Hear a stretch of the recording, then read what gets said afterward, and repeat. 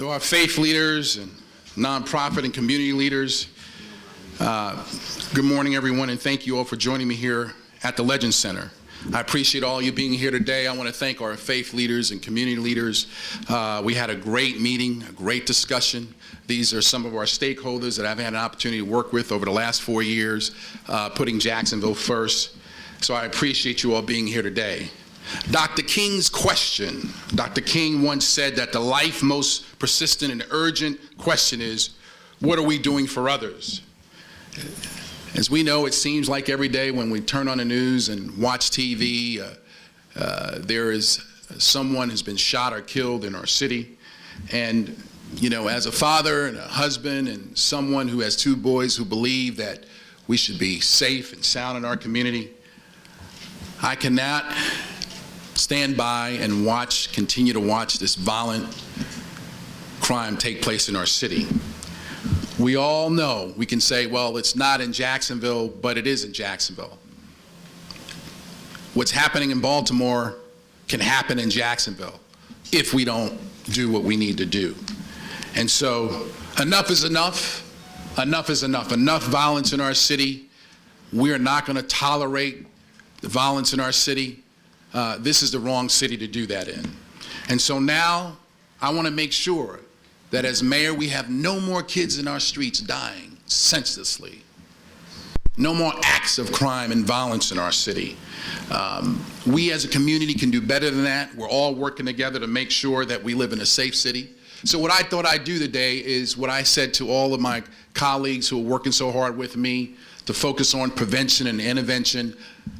First, as I said to them today, that the sheriff has a responsibility to deal with crime. He has a $4 million budget. He has 3,000 employees.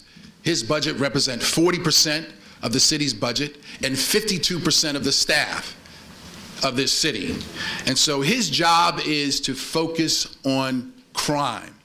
As mayor, I've been working 4 years to focus on prevention and intervention, making sure that we work with all the key stakeholders in our city. And that's why I've launched some of the key programs that many of our supporters here today support. The Mayor's Learn to Earn program, exposing young people to the possibility of going to college by living on a college campus in the summertime, having a summer job, learning and earning, teaching them accountability and responsibility. That's a good program.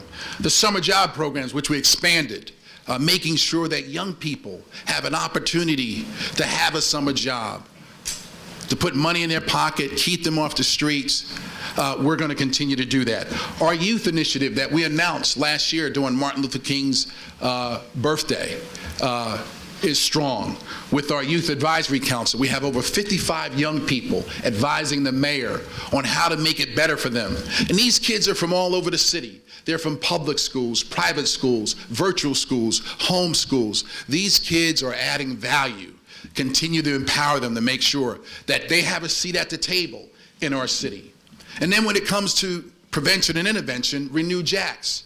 We launched Renew Jack last year, investing in our neighborhoods, a $40 million public-private partnership to make sure that we strengthen our neighborhoods. It's safe, it's clean, affordable housing, infrastructure, which impacts Edward Waters College and Kings Road and Avenue B and Sutel, where we're at today, and the East Side, making sure, and Renew Arlington. And then when it comes to making sure that we support small business and entrepreneurs, we work with iCare and took their idea, best practices from Cleveland, Ohio, that basically says to invest in distressed communities by working together. And we have a wealth building committee that's headed up by Darnell Smith with Florida Blue, and Nina Waters is on that committee, and many of our great leaders making sure that we invest all over the city. We reopened 5 parks, extended the hours in terms of our investment in our city, making sure our young people have a place to go. The Summer Urban Park Initiative and our Neighborhood Accountability Board, which is very important, giving young people a second chance. So having that civil citation is very important, to give them a second chance. If they get stopped, they get into trouble, preventing them from going in the system in the first place. That's important. So I believe by working together, we can make it happen. Our community empowerment days, where we, for the first time in this city, take resources, service providers, to the neighborhoods, to Eureka Garden, to Cleveland Arms, to Washington Heights. And this weekend we go to Hilltop, 45th and Moncrief. Why is that important? Because I believe that we as a community have to go where the people are, empowering them with the tools and the resources so they can reach their God-given potential, making sure that they become self-sufficient. And government can't do it alone. That's why it takes all of these organizations working together. And this is just the beginning of this whole process in terms of prevention and intervention. You know, I always said that I wanted to be the mayor who creates opportunity for all. And it's just not that announcing programs. I've been in these neighborhoods without any press, without any cameras. I've walked these neighborhoods in Eureka Gardens and Cleveland Arms and Washington Heights. I'm out in the community talking to these mothers who've lost their loved ones of senseless crime. Enough is enough. We're not going to tolerate it anymore. You do the crime, you're going to pay the time. Yes. I've been out there. Mrs. Perry, who lost her son to violent crime, she was just with us on Friday with her 2 sons. Save Our Sons, making sure that her 2 boys don't end up dead. And I had an opportunity to talk to those 650 kids, many of them African American. This is not an African American problem. This is a community problem. But I said to them that I'm just like them. I was raised by 2 strong women who instilled in me a sense of faith and hard work. My mother and grandmother didn't go to college, but they had a PhD in common sense. They instilled in me a sense of purpose. They worked hard. And as I said to them, I said, you know, I got my start at Winn-Dixie. I worked hard 40, 50 hours a week because I wanted to be somebody. And I shared with them that I love them and I care about them, but I'm just like them. So no more excuses. We have to work together, hold people accountable, and I'm going to do my part to make sure that we focus on prevention and intervention. We've been doing it for 4 years. And that's my role as mayor. With all these nonprofit and faith leaders in the trenches, we've been working and planning for years. Some of these great ideas that we're doing came from them. Kevin Gay, supporting and helping ex-felons when they come out to get a job so they won't go back in the street. United Way and community and schools, Big Brothers, Big Sisters, YMCA, all of us working together. A lot of the faith leaders working together. So this is the beginning, and our next step, the next step we're going to take, I'm asking for the new U.S. Attorney General to support us, Loretta Lynch, asking the Department of Justice for technical assistance to help us in Jacksonville. I'm going to make sure we work with the National League of Cities and the U.S. Conference of Mayors and the National Association of Counties, working for the best practices to focus on prevention and intervention, which I think is important. You know, my next location is Hilltop on Saturday, and we've been working all around this city. I want to make sure that as the mayor of this city, we continue to work together and leverage our assets and resources, not reinventing the wheel, working with the Family Foundation and others. Because at the end of the day, it's all about the family. It's about supporting that mother, that single parent who's working 2 jobs, has 2, 3, 4 kids. They need support, making sure they have after-school programs, getting their homework done. That's what it's about.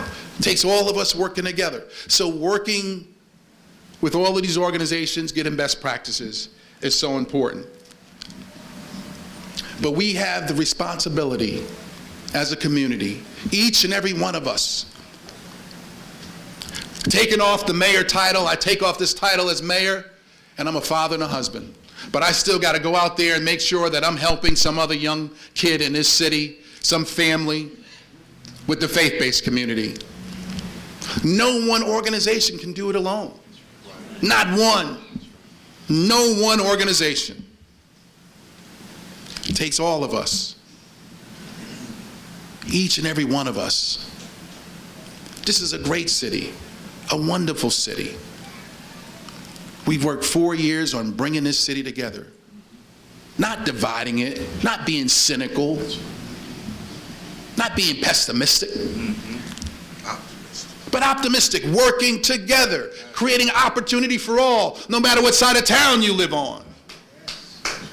And as a man of faith, as someone who knows that with God all things are possible, and he has all power, power to bring us together, power to unite us, power to make sure we live in a safe city, power to make sure we as a city, not as a neighborhood, as a city, work together to take this city forward. Together. Not reinventing the wheel, not looking down on anyone, but together. And so when you see that young kid, that 12-year-old, 14-year-old, that's my son. Could be just like my son. And that young girl who dared to dream could be my daughter. We're all in this together. This is about putting Jacksonville first. That's what this is about. It's not competing against each other. No. That's not what this is about. And I'm very proud of our nonprofit community and faith-based community because we've been working together for 4 years. Yes, sir. Right. Not looking for fanfare. Not, this is our first press conference together after 4 years.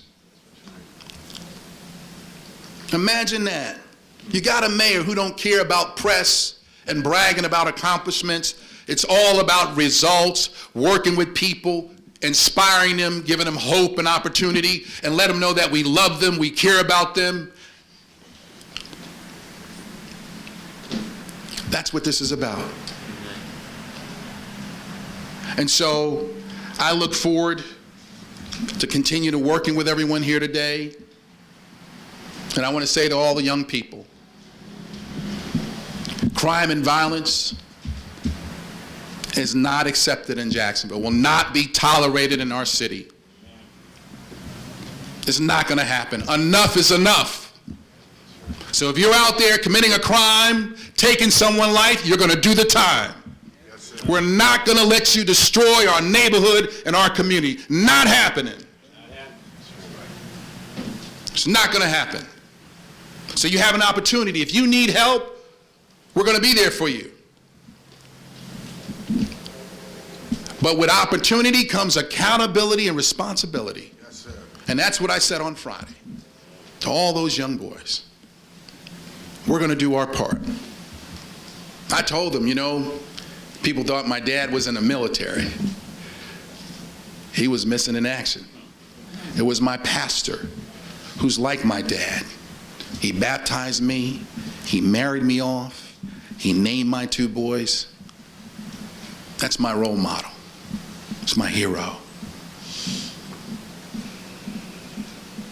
This is all about community. So I want to thank all the faith leaders and not-for-profit leaders for being here today. Thank you so much.